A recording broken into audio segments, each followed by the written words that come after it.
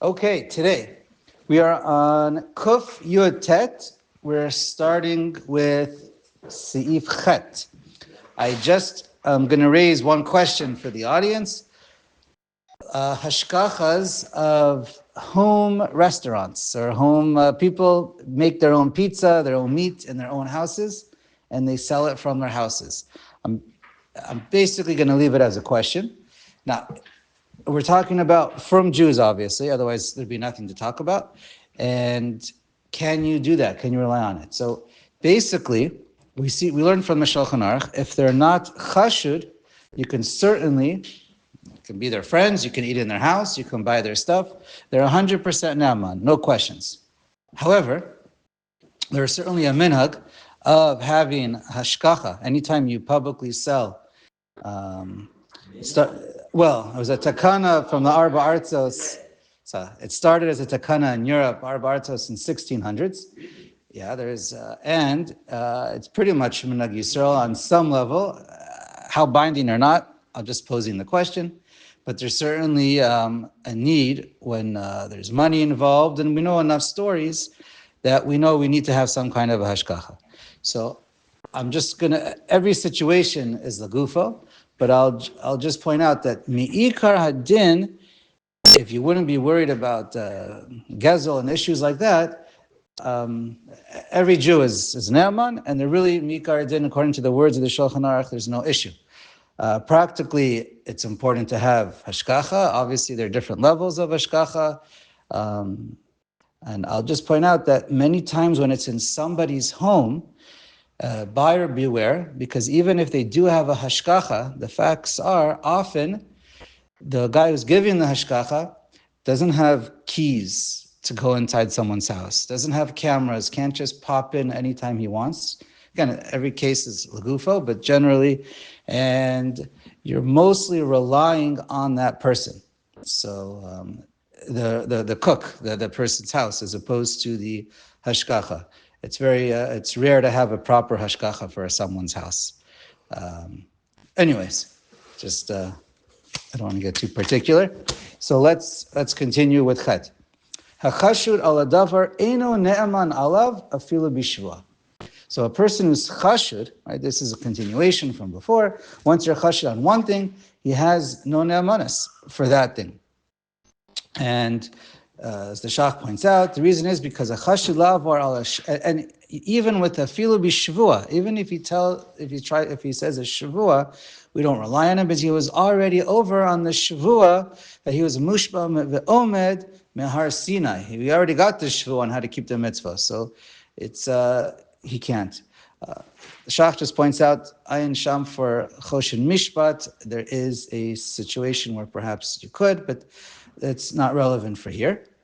And he points out that also, just like you're not ne'aman for the one thing you're chashud for, you're not just like chashud for a chamor is chashud for a kal, so that would apply for here too. Even for something that's kal, a shavua is not going to help you. He quotes the Marshal that points out if you're chashud if you're chashud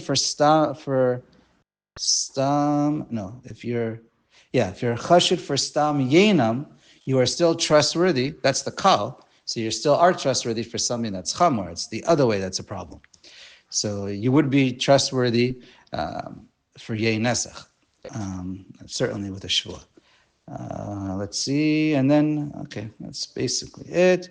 For other Isuri Derabanan, because it's still the category of food, so it's a discussion. He leaves it like for cheese and other things, if you're chashid for one thing, if you're for others. Okay, anyways, let's go on. Tet. Ger shechazar. V'himir machmas yira. So you have a convert, convert. He converts, and then he goes back to his goyish ways because he's afraid of the government, or he's going to get killed, or whatever it is. V'chen Yisrael shechata machmat yira, or also Yisrael. He's not from because of yira. Shelo yargu, he doesn't get killed. He's threatened with his life. So he's a Yisrael gamor hu. He's 100% Jewish. Ushchita to muteres, and if he does shchita, you trust him. Ve'eno aser yain b'magal, and if he touches yain, then again, whether or not he should give up his life or not, that's one question. But whether you should or shouldn't, it makes no difference. You're ne'eman, and your shechita is good because you're doing it because of you're afraid for your life. So that doesn't ruin your ne'emanas. Yud. Masur, someone who's an informer. If that applies nowadays or not, maybe we'll save that for Choshe Mishpat, because an informer typically is when the person's life, you're going to put someone else's life in danger. You inform somebody, the authorities are not going to go after his money, and then eventually they're going to go after his life. So the classical example of a masur in Chazal is when you're putting someone's life in danger. So anyway, so even for a masur, and even if you might be puzzle for edus, as the Gra points out, you are still ne'eman. Shchitato kshera v'ne'eman al ha'isurim. Just because you might be a rotten individual in one aspect doesn't mean that you're not ne'eman. Haga, the yesh posin shchitato masur, and there the Rama is machmer, if you look in Siman Beis, for this case. Okay, for the shchita. Fine. Yud Aleph. Seif Yud Aleph. Mumar shebe'ir. Achat mamin be'elilim b'fnei ha'goyim. So this you have this Jew who in one city he does avodah zarah. Everyone sees he does avodah zarah. Ube'ir acheres nichnas beveit Yisrael ve'omer shehu Yehudi. But then when he goes to another city, he says, no, I'm completely Jewish. I believe in a Kadosh Baruch Hu. So as such an individual, Eina ose yein nesach. So he doesn't make wine yein nesach. So the Shach explains, first of all, he just points out that clearly with all Isurim, Eino Ne'eman. Because once a Jew does avodah zarah in public, unless we establish he did tshuva, so then he's pasul for all Isurim. But the question over here is, does he make yein nesach? So since the Shach says, normally we know the whole thing's a joke. There's no such thing as avodah zarah. I mean, there's nothing to really believe in. The whole thing is sheker. So, and the whole thing is based on Amunah. So we trust him. Again, he has no real ne'amanas, but we rely on his words that it didn't turn the yain into yain nesach. Okay. And that he's only doing it for his taiva and whatever else. For whatever reason, he's doing what he's doing when he does avodah zarah in front of the goyim. But really, belibo, we believe him, and it doesn't make it into Yein Nesach. Fine. Unless, of course, you see him doing Yein Nesach. If you see him doing Yein Nesach, that's Yein Nesach. But the question is, do we have to be choshesh by him doing Yein Nesach? Okay. Yud Bet. Here, I'll just point out real quick, the Gra, a couple interesting points. He points out that if a person, when it comes to, this went back, to a ger or a Jew, mipnei yira. So he says that since you're doing it because of onus, that's called onus, and a person doesn't get kares, and in such a case, the Beis Din doesn't, kevan she'ein Beis Din onshin alea, ein nifsalin le'edus. So mid'araisa, in that case, you're an onus, you're not pasal le'edus. Okay, you might be pasal le'edus, he says mid'arabanan, but not mid'araisa, and he's 100% Yisrael gamarhu, and he's ne'eman be'isurim, and even a gazlan d'araisa, we learned before, you might be pasal le'edus, but you could still be kasher for isurim, ne'eman, just not for edus, and therefore, and even in this case, he says someone who goes against Mipnei Hayira, even midarabanan, he's not going to be pasal edus unless you're machris that he's pasal. Just wanted to. Okay, that was in the graph. Well, then it's yain nesach. Then what? Then it's aser. Yeah, aser. All of his yain is aser. Where did you see that? Or did we say I didn't. Not sincere? So that's not yain nesach? Okay, it's a good question. Okay, so I'll leave that as a question. No. Oh, okay. No. Yud Bet. What I said is pashut. Your additional extrapolation is not so pashut. Yud bet. Seif Yud bet. Ha'anusim shenisharu be'artzotam. So this is similar to what we learned. Someone who's an anus, and they stayed in their land. Im heim mitnahagim bekashut binam levein atzmam. So in public, they're living a life like a non-Jew, but in private, we see that they're keeping the mitzvot. Ve'ein biyadam lihimalet lamakom sheyichlu la'avodat Hashem. They're stuck in their land. Right? Really, they should move away to another country if that in that place they can't keep the mitzvot, but they can't. They can't get a visa. They can't get out. They're stuck. So then, somchin al shchitatan, you can rely on their shchita. Ve'ein osrin yain b'magaan, and even by touching their wine, it's not a problem. Similar to what we said. Yud Gimel, hamocher lechavero davar she'asur be'achila. Person sells something that's asur be'achila.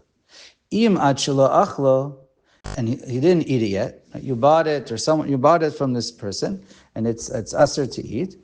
And until you eat it, noda, the one who buys it, finds out it's not kosher. So automatically yachzir lo ma shekana mimenu. So then you should obviously return it to him. V'hu yachzir lo hadamim, right? Mekachtos, and he has to return to you your money. V'i misha'achlo noda. But then what happens if you find out after you already ate it? So you already ate it. You can't physically return it back. So therefore, it's a knas. You can't give it back. So you can't get your money back. It's only a knas. He has to give you your money back because that's not what you wanted to buy. And you gave him treif. So the Shach points out there's only a knas if you know that he did it b'mezid, not b'shogeg. So okay, I don't know how you prove that. Depends. Okay. V'im mishach lanoda. Okay, we said that. V'im machra halokeach lagoyim. Now, if the goyim send it to v'im machra halokeach lagoyim, and then the purchaser then now sells it to goyim. Oh, hishlicho leklavim, or you throw it to the dogs. Yishalim lo demei treifa. So then he has to pay him back the money of how much it's worth if it's a treifa, because that's what he benefited.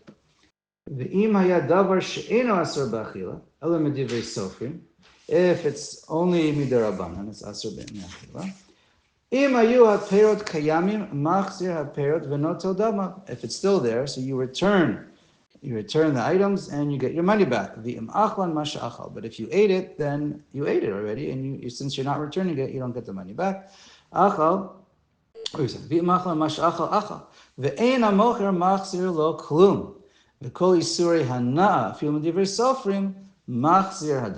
if it's an iser hana, even if it's only midarabanan, then you get your money back. And since it's an iser hana, there's no din mechira whatsoever, and you get your money back. You don't have to return that. You don't have. I believe not. I believe you don't have to return the item. It's an Isser Hana. Okay, not positive. Sounds right. Okay. Okay. Yudalit. Hamocher basar be'achar kach noda shebehima lo nivdaka kahogen dino kemocher dvarim shasurim midivrei sofrim. So here, you sell meat, and then you find out that it wasn't checked. Normally, you have to do a proper bedika, at least midarabanan, and he didn't do it. So then it has the category of it's aser midarabanan. Right? It is only aser midarabanan. Fine. Haga v'im machar lo davar mi behema she'itra cheskat kashruta. But here, if you sell him something that you find out there's a problem. You don't have the chazaka disappeared. Something you find a sign that says maybe it wasn't kosher. And you can't check anymore. Im hikshira, tzrichin laosar misafik, and you have to say it's asur misafik. Afilu hachi havel ki'ilu haita vaday treifa, as a din as a vaday treifa, because that's really the halacha. You have to treat it like a vaday treifa.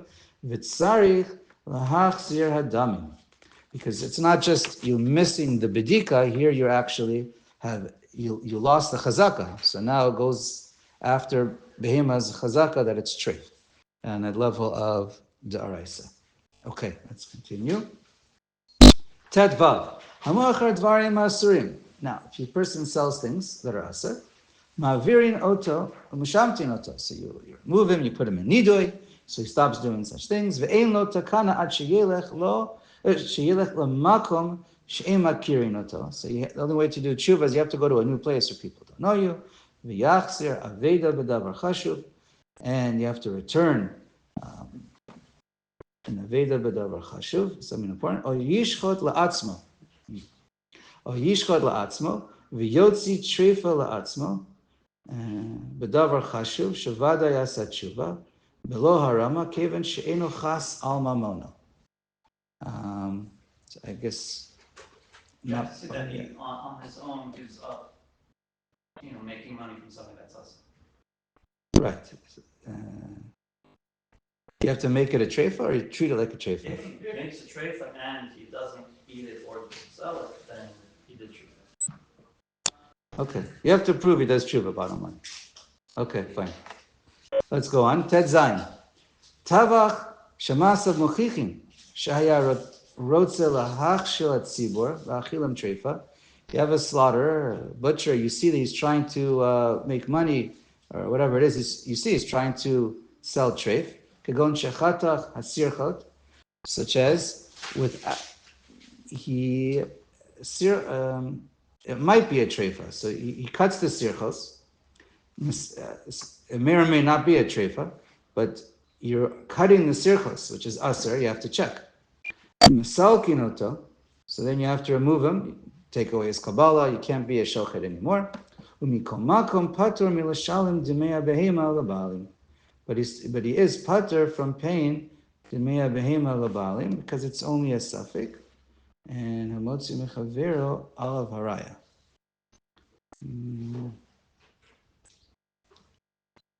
Right, that's in the shach. Okay, okay, next one. Yud Zayin. Tavach shiyatzta shreifa mitachat yado ein lo yitnatzet lo mar shogeg hayiti. So you have a shochet, and you find that treifa came out from under him. There's nothing he can say, and even if he says shogeg hayiti, he gets removed.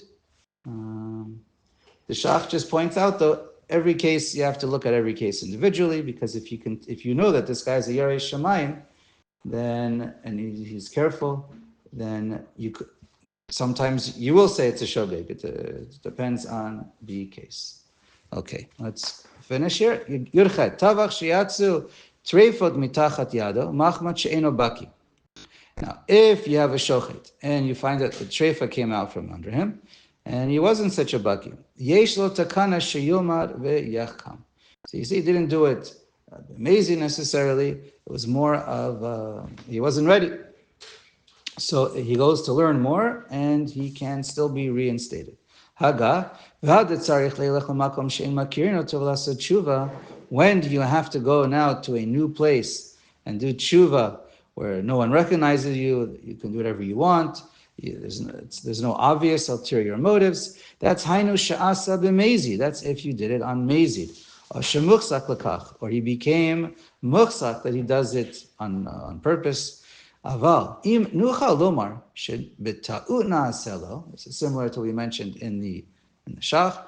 But if you have reason to believe it was a mistake, sagilo bekabala divrei chavirot, then it's enough for him to accept upon himself words of chavirot. This is milashon chaver or talmid chacham. That it means he accepts upon himself. This is in the Taz. Inyane prishut. He takes upon himself extra stuff that most people don't do themselves. V'yaset tshuva lefi reot einei hadayan. So again, this is very subjective and individual, but the dayanim of the town have to make sure that he does tshuva. Okay. Yotet. Ha'omer lemishu chashud la'achila.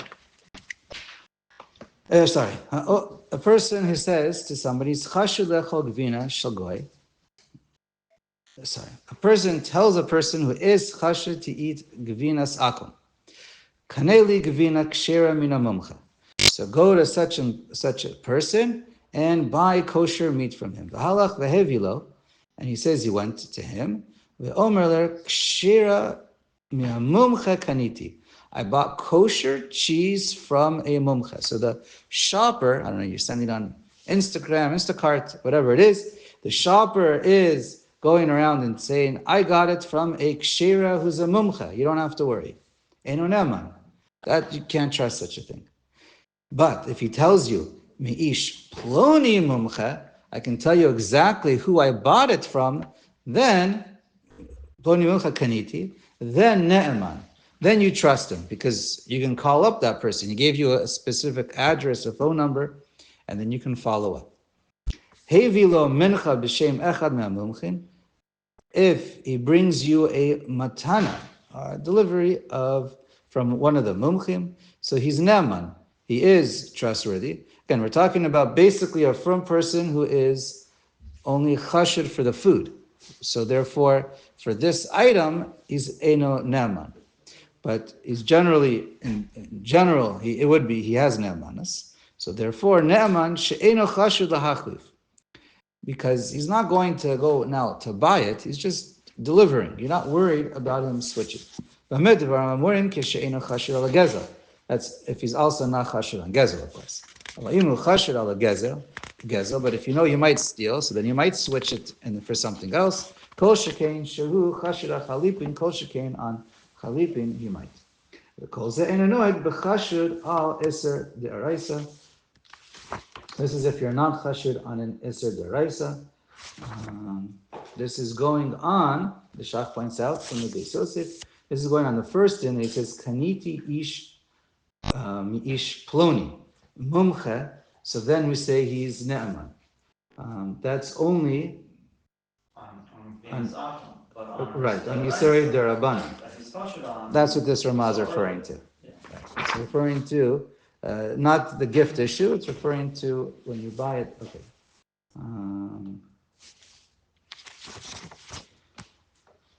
Shach just points out by shchita, there is a trustworthiness by shchita, more of an ayin sham. I don't want to get too involved, but there we're a little more meko because normally an adam kasher is the one who does shchita. Let's see. Let's just finish kaf. And okay.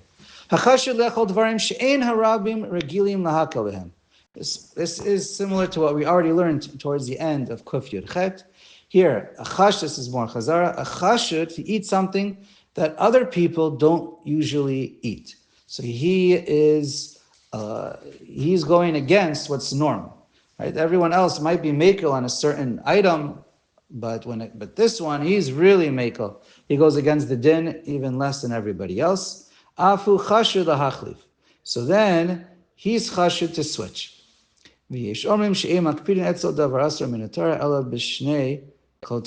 therefore, don't give him anything unless you have the proper 2 chotamos if it's a dintara, for isur taraisa, or 1 chosam if it's just one. Okay, we'll stop.